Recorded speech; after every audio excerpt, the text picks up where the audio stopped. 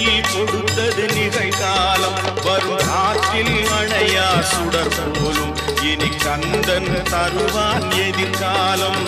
கந்தன் தருவான் எதிர்காலம் எனக்கும்